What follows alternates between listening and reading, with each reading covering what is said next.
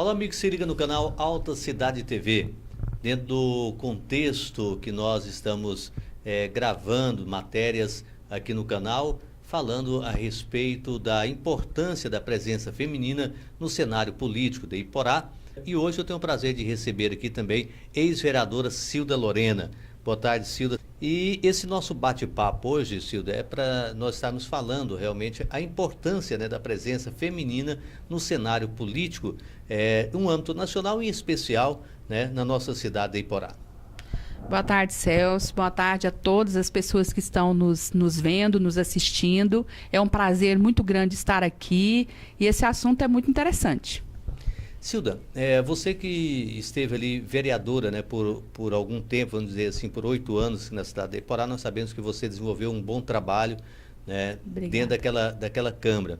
Como você vê assim, a necessidade hoje da mulher assumir esse papel na Câmara Municipal? Olha, Celso, hoje nós temos um déficit, né? As mulheres estão totalmente sem representação na Câmara Municipal de Iporá. Isso é uma pena, porque as mulheres elas têm capacidade, elas têm criatividade e, com certeza, elas têm disponibilidade de contribuir com a nossa comunidade. Infelizmente, e isso não é uma questão apenas de Iporá, né, as mulheres elas estão subrepresentadas em todos os espaços de poder, especialmente os espaços públicos. Aqui Iporá é um tanto quanto mais grave, porque se a gente olhar nas cidades vizinhas, todos os municípios praticamente já tiveram prefeitas, e alguns já tiveram e hoje tem de novo, né? Inclusive não a mesma mulher, outra mulher prefeita, como é o caso de Israelândia, por exemplo. E também temos agora o caso de Diorama, que também é uma prefeita, né? Inclusive a nossa companheira Valéria. Então, Iporá tem um déficit, tem uma carência muito grande de participação, de representação das mulheres no espaço público. E eu vejo que isso causa um prejuízo para a comunidade, porque a mulher ela tem uma visão, não vou dizer que é melhor do que a do homem, né? Mas também não é pior, é uma visão diferente, né?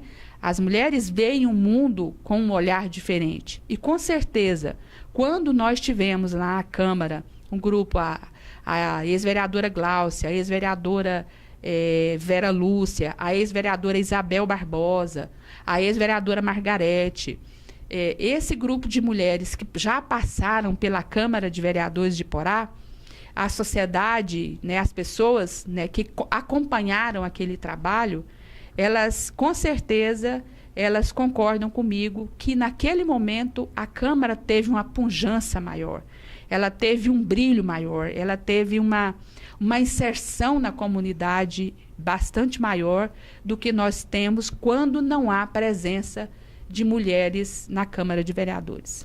Eu quero aproveitar esse momento, Cilda, só para fazer uma ressalva aqui. A Margarete e também a Isabel Barbosa, as quais nós não a convidamos para estar aqui conosco, porque nós escolhemos uma de cada partido para estar representando. Então você, como representante do PT, representa também a Isabel Barbosa, a Vera Lúcia, né, automaticamente representando também a Margarete, né, e a Gláucia, que é do PSDB, né, representando aí o seu partido. Cilda, algo que é necessário também a gente comentar, você como foi vereadora, qual é a real função de um vereador? Porque nós estamos vendo aí que parece que estão batendo cabeça, né, e não sabem realmente a verdadeira função. Nós vemos aí pessoas nas redes sociais criticando, falando, até nós temos um jovem, né, vamos dizer assim, um Chicão da vida, né, que vive fazendo vídeos aqui e acolá, fazendo quase que um papel, né, de um vereador que é realmente fiscalizar e cobrar ali do Poder Executivo. Antes de falar desse assunto, que é uma questão assim, até um pouco delicada, né, porque como eu não estou vereadora hoje, né, fica meio delicado eu fazer uma avaliação, digamos assim, do trabalho que está sendo feito. Eu não gostaria de fazer isso, porque como eu não estou nem acompanhando, né? É mais fácil a gente avaliar quando a gente está acompanhando, está perto, está próximo, né? Hoje eu estou em outras atividades, né? Apesar de continuar na política, apesar de continuar, inclusive, no diretório do Partido dos Trabalhadores, no diretório estadual do partido, né? Mas, assim, eu não estou fazendo aquele acompanhamento preciso, né? Da questão do Poder Legislativo Municipal. Mais uma coisa que eu observo, Celso, assim, desde a época que eu estive na Câmara, e observo hoje também, não só no Parlamento, né, na Câmara Municipal de Porá, mas na Assembleia Legislativa, até mesmo no Congresso Nacional, é que no Brasil falta ainda um equilíbrio dos poderes. O Poder Executivo, por ele ter a chave, digamos assim, de abrir o cofre, embora ele dependa do Legislativo para isso, mas como ele faz o gasto, o investimento diretamente, ele acaba que ele puxa para si um poder aparentemente maior do que do Poder Legislativo. E aí a gente também conta com alguns representantes, e aí eu não estou falando de Porá, estou falando em tese, no geral, né, do Poder Legislativo, a gente conta com alguns representantes que às vezes eles aceitam um processo de barganha com o Executivo, e isso enfraquece a competência, a capacidade de intervenção do Poder Legislativo. Então, eu acho que hoje, o que a gente percebe quando a gente olha para os nossos representantes de um modo geral, a gente percebe isso, né? Parece passa a impressão, dá-se a percepção para a gente que o Poder Legislativo ele anda a reboque do Executivo. Ele anda meio que refém do Executivo. E isso porque, muitas vezes, o Executivo controla as suas bancadas ou a maioria do colegiado com favores, com barganha, com benesses, né? Então, falta para nós, sociedade de um modo geral, porque quem está lá eleito, ele não caiu do céu, né? Ele está lá porque a sociedade assim quis, a maioria assim escolheu. Então, de certa forma, o que nós temos lá é o extrato da nossa sociedade. Então, assim, eu não sou muito daquela linha de criticar político. Talvez até porque eu sou uma delas. Então, e já passei pela experiência de ter mandato e passo pela experiência de não ter mandato, né? Que são coisas muito diferentes. Uma coisa é você ser um político com mandato, outra coisa é você ser político sem mandato, né? São experiências diferentes, mas que vale a pena a gente passar para a gente que gosta de fazer política pela essência da política. É importante que a gente passe por essas experiências. Então, eu hoje faço, não hoje apenas, mas quando eu fui vereadora, eu já percebia isso com muita clareza, que muitos representantes, eles não têm essa percepção, né, de que eles têm um poder na mão, que eles têm uma capacidade representativa e que eles estão ali legitimados pelo voto e, no caso do município, pela lei orgânica, no caso do Estado, pela Constituição Estadual e, no caso da União, pela Constituição Federal. Então, são autoridades, né, imbuídas de poder. Mas, por circunstâncias culturais nossas, muitas vezes o chefe do poder executivo, ele sequestra parte desse poder quando ele faz barganhas, né? Quando ele propõe barganhas e o outro lado aceita. Eu não sei se eu consegui, assim, falar um pouco do que você gostaria, mas pelo menos eu tentei. Hoje nós sabemos que há uma palavra que diz que o vereador, ele é o representante do povo. Você mesmo falou que ele, depois de eleito, é claro, ele assume um poder. Esse poder, num certo momento, não afasta também ele da comunidade, daquelas pessoas que elegeram ele para ser o seu legítimo representante? Olha, eu penso que não. Isso vai depender muito da proposta que levou à eleição dessa pessoa, ou da forma que foi construída essa eleição, né? O problema é porque nós estamos ainda num sistema eleitoral, Celso, que ele é capaz de fabricar representantes. Nós acabamos de ter agora eleito um presidente da República que comprou um partido para se eleger. Ele não tinha partido. Ele ficou procurando partido onde ele ia se encaixar. Para ele, era tipo assim, é como se ele tivesse um avião supersônico, mas não tivesse o aeroporto. Então ele ficava procurando o aeroporto onde ele pudesse aterrissar o supersônico dele. Então, imagina, hoje o que a gente percebe? O que tem no ar hoje, o que tem de investigação?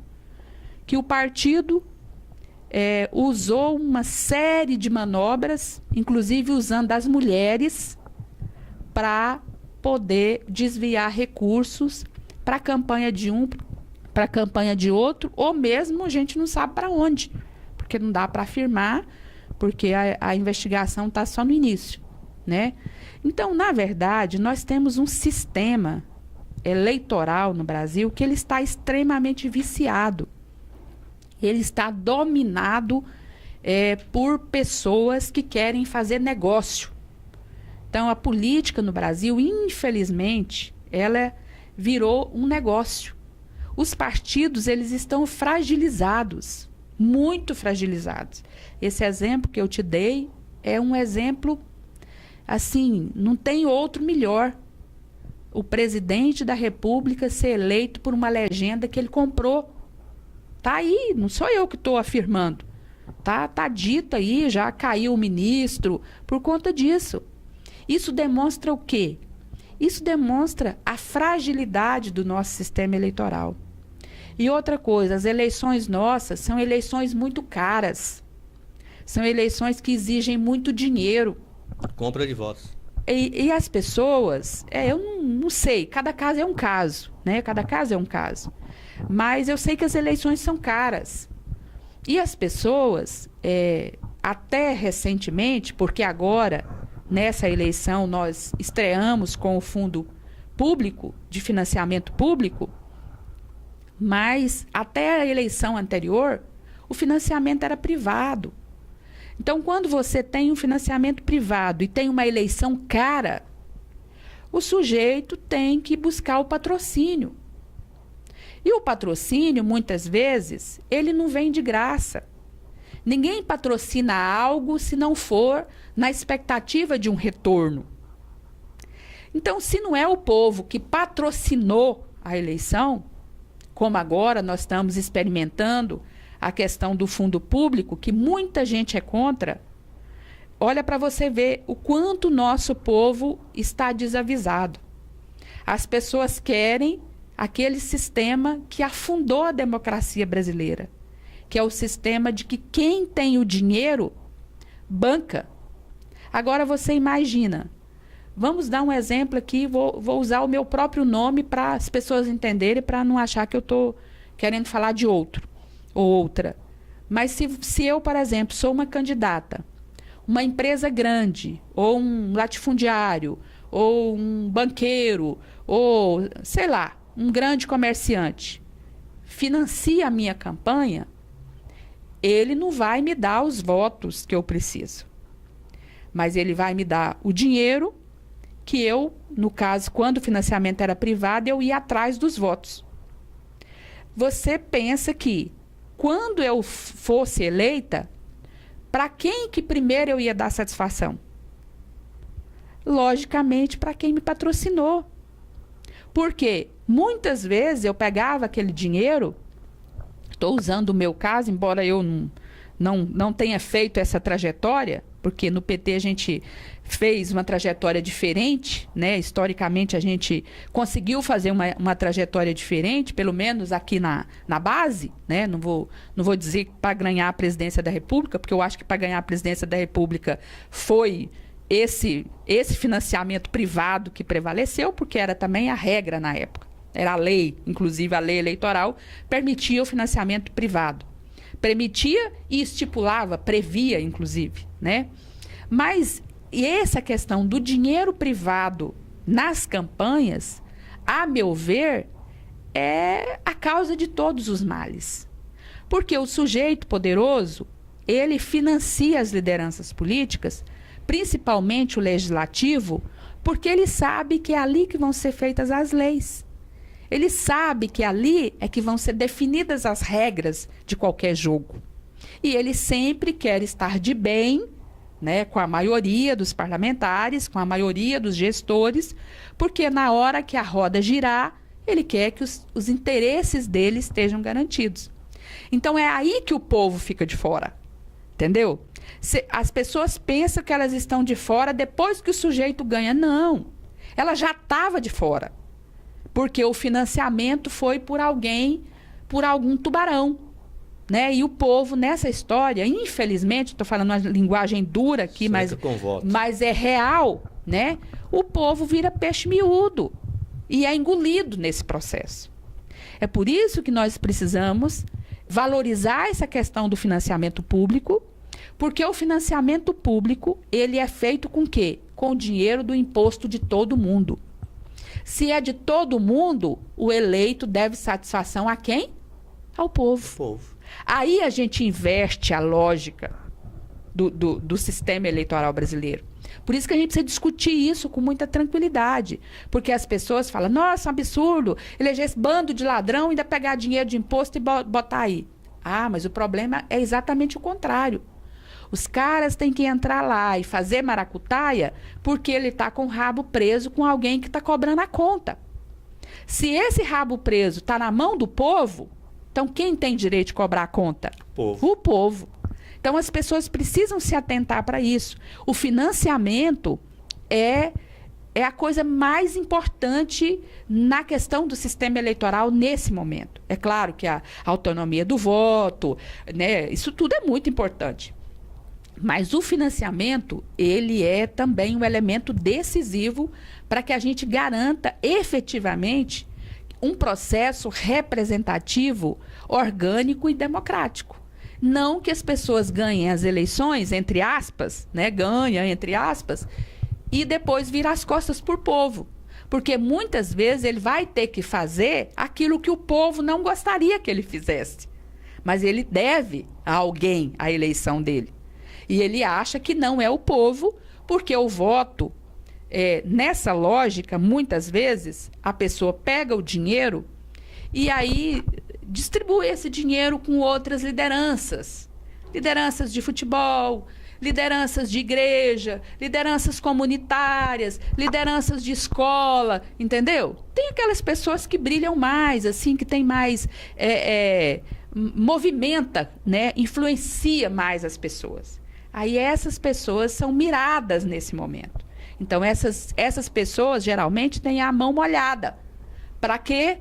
Ou família grande, né? Em cidade pequena, a gente vê muito isso. Tem que conquistar o fulano, porque o fulano tem família grande. Só que esse conquistar é um conquistar entre aspas. Não é conquistar. Significa eu preciso atender um desejo dessa pessoa, né? Ou seja, uma doação em dinheiro, ou seja, uma promessa de um cargo comissionado, ou seja, dependendo do grau, um financiamento num banco, uma bolsa por um filho, sei lá. Isso tudo fica em jogo nesse momento, né? E muitas vezes a pessoa que está lá na ponta, que votou sem cobrar nada, acreditando fielmente que o parente estava lá defendendo aquele sujeito porque ele era o melhor do mundo, aí essa pessoa se decepciona. Mas ela não percebe que entre o candidato e ela tem um atravessador. Isso o sistema privado faz.